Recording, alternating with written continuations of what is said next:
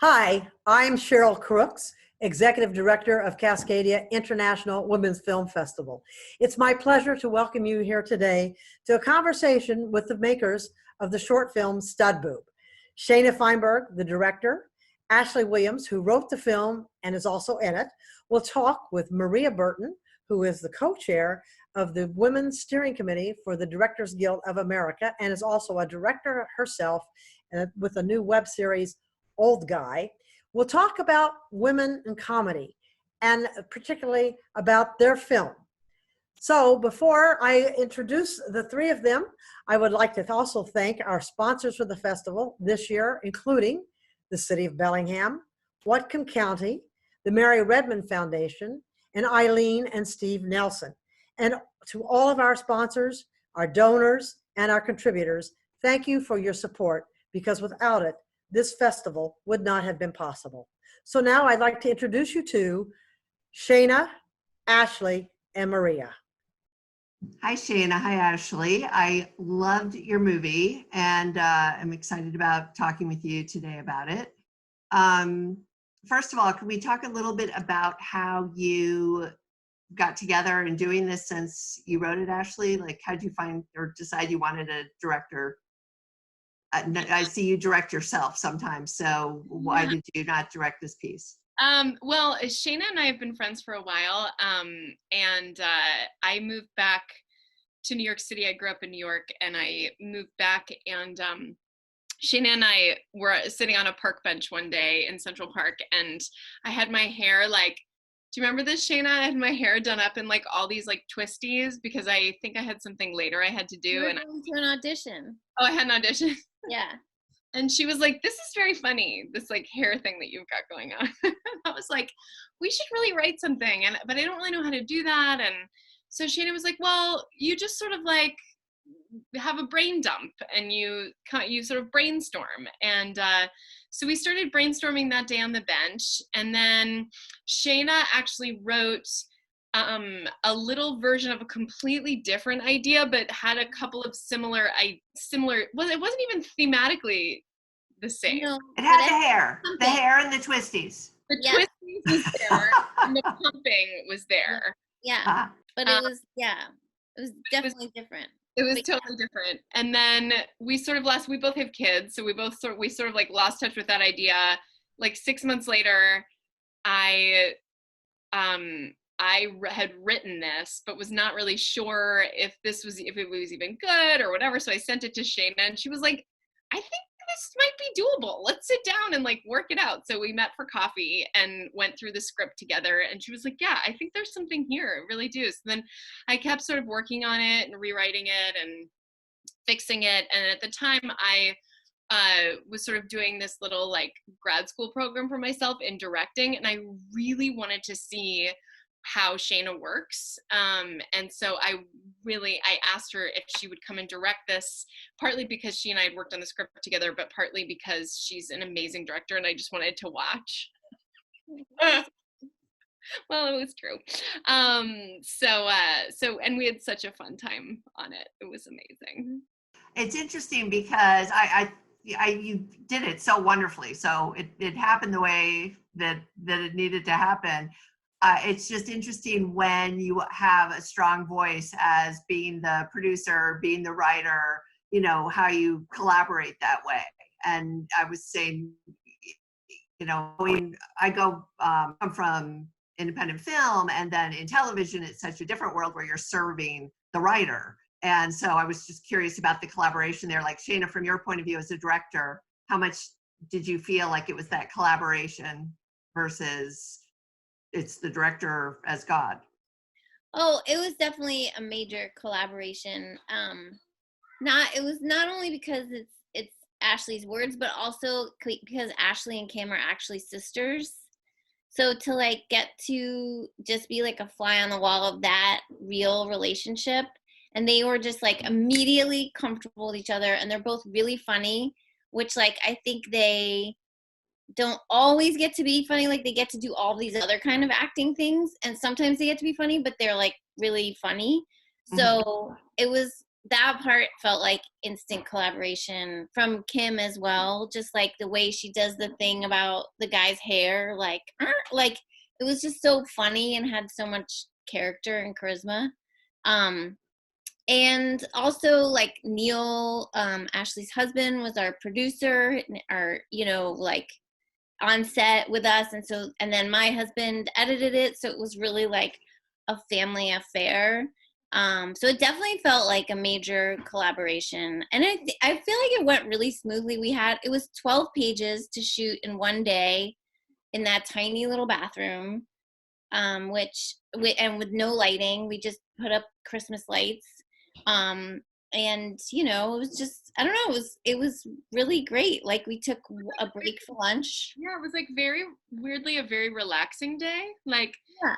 like we gathered kind of early, but not, it was like 7:30, 8 a.m. Like, and then we sort of started shooting a couple hours later and shot for a couple hours, took a break. It was the least stressful, intense, experience. And I think it was just because all of us really wanted to be there, and we all really genuinely like each other anyway, so it worked out. Yeah. Do any improv?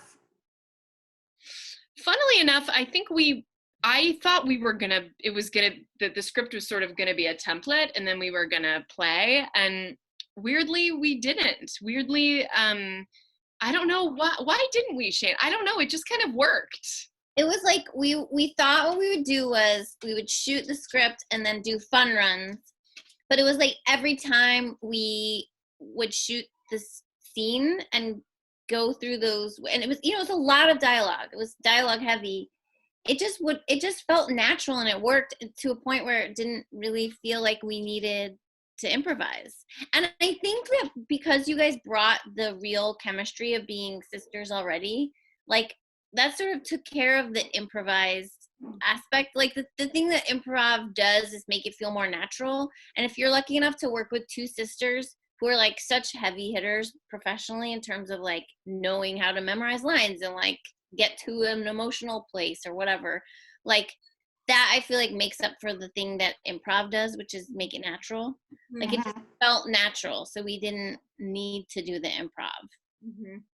And I love how you rode the line of, I mean, it's funny, but it's also touching and just so real. And I think tonally, that's a hard thing to pull off. And that sort of comes into the whole thing of comedy is really hard to do. And, what are your thoughts about that? Just directing comedy and acting in comedy and writing comedy? Well, for me, in terms of directing or writing comedy, or even acting, sometimes I act, but I think that people are just funny. So just like seeing them do things in life, or like the thing that Ashley's character says, where she's like, you never listen to my voicemails, is so funny to me. And that's not even like a joke, like a standard joke. That's just like a human thing to say. And it's so funny. And like, so I think for me, in terms of like directing comedy, it's like about finding those real moments that happen to us all the time, that are funny, and just. It's like you're naming a truth that once you say it, we all are like, yes, but you're. Exactly. Yeah, it's nice to hear it. Like your sister would say that to you, and it like is something that's funny within your family unit. So I don't know, for me, I think as a director of comedy, it's really like about finding all the little tiny jokes. Like my best friend always says that I'm a comedian of manners. That's what I think is funny, and I think that's what shows up in Stud Boob, and really in anything I've made personally. Like it's just about these tiny little moments that are funny. Well, and it's because you're observing them. I think, again, that's why it's so important to have women's voices and people of all different everything represented, because you have a different perspective. I mean, we all have different perspectives, so it's great to have that shown. Right.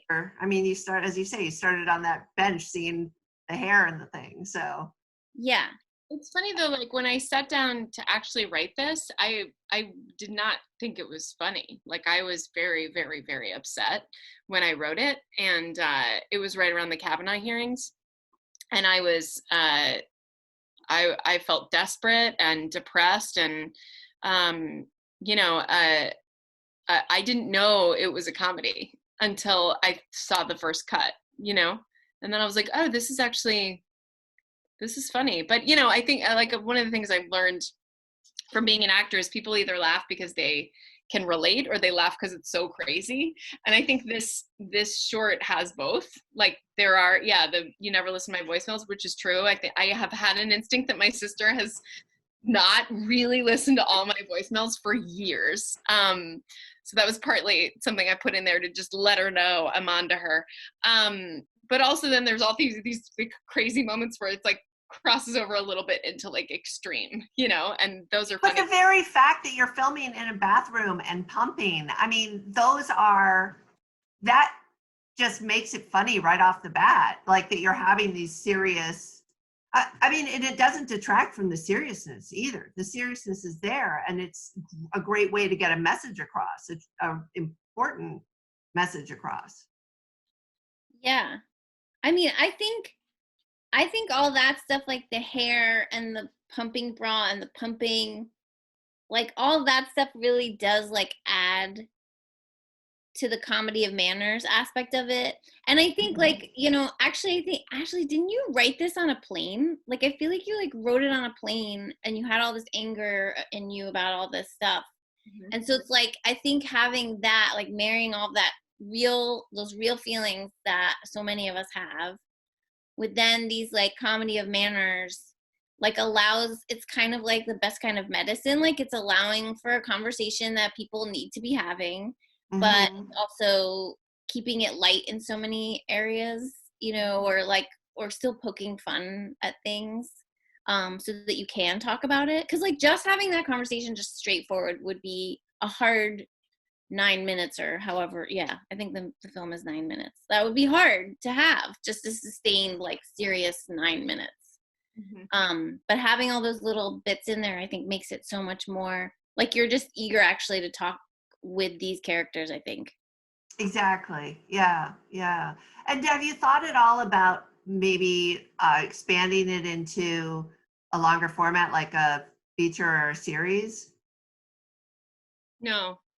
Okay. Because I think, you know, you really like these sisters. You really like you could go on a journey with these characters, I feel. Like, let's follow them out of the bathroom.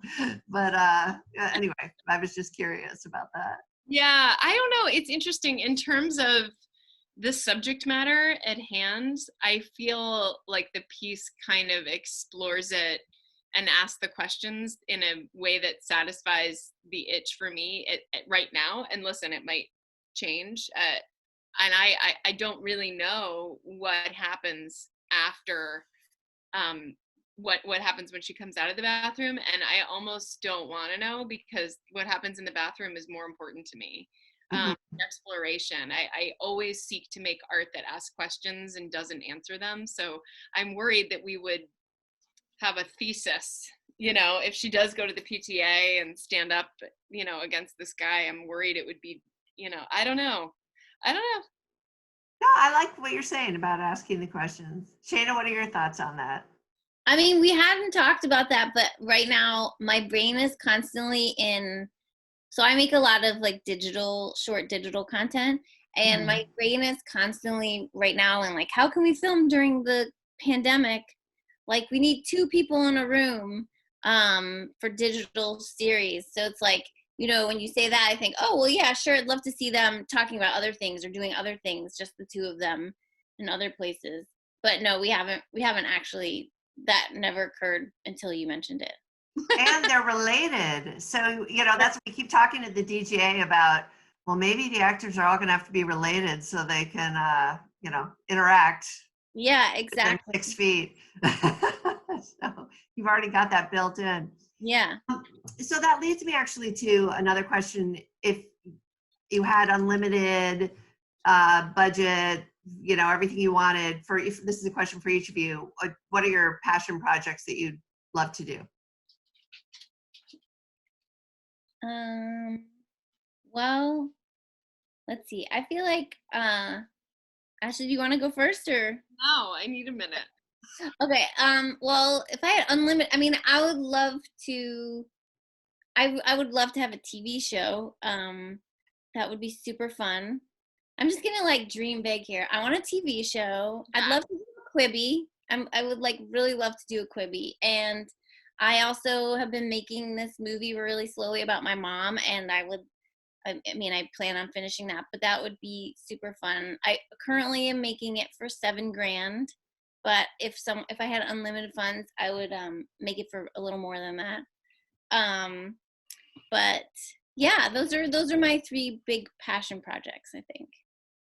How about you, Ashley? So hopefully someone will be hearing this and come up, Yeah. say, hey, I want to do that with you. Yeah. Ashley? Yeah, I feel like I'm in a similar thing right now where I'm just trying to figure out what the future is for our industry. And the only thing I can think of is we all go to an island or a small city and, we isolate for 14 days and then we make art, the whole crew, the whole cast for a period of time, which I know, sounds film camp. yeah, it sounds really expensive. So if money is no object, I would probably, take over an island in the British Virgin Islands or something. That would be great. But weirdly, my passion isn't, I don't want to direct or write independent film. That's not really my drive. My drive is, I really love TV and I really want to direct episodic.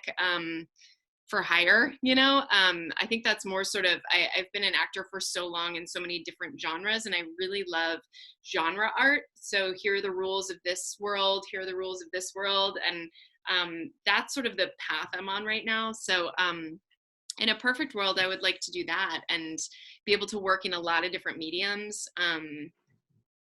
But who knows, if we ever have jobs again. I don't know if we will. We will someday. Well, listen, are either of you in the DGA yet? No, not yet. Okay, you will be. And be active in the Women's Steering Committee. I have to make a pitch for that because I'm co-chair of the Women's Steering Committee and Oh, cool. we love having involvement and we're growing. It's great how many women are directing now. So Yeah, that's awesome. and I like to have women move into the guild as opposed to always directing independently because I feel like there's more money when you are directing, not on a shoestring with the $7,000, which Shaina, believe me, I know, like that is my background. So I feel like I'm just encouraging you to. Thank you. Weirdly, I've worked under a DGC contract, but not DG. Ah, It's weird, but right, like, right. I have aspirations to join the. Yes, both of us have those.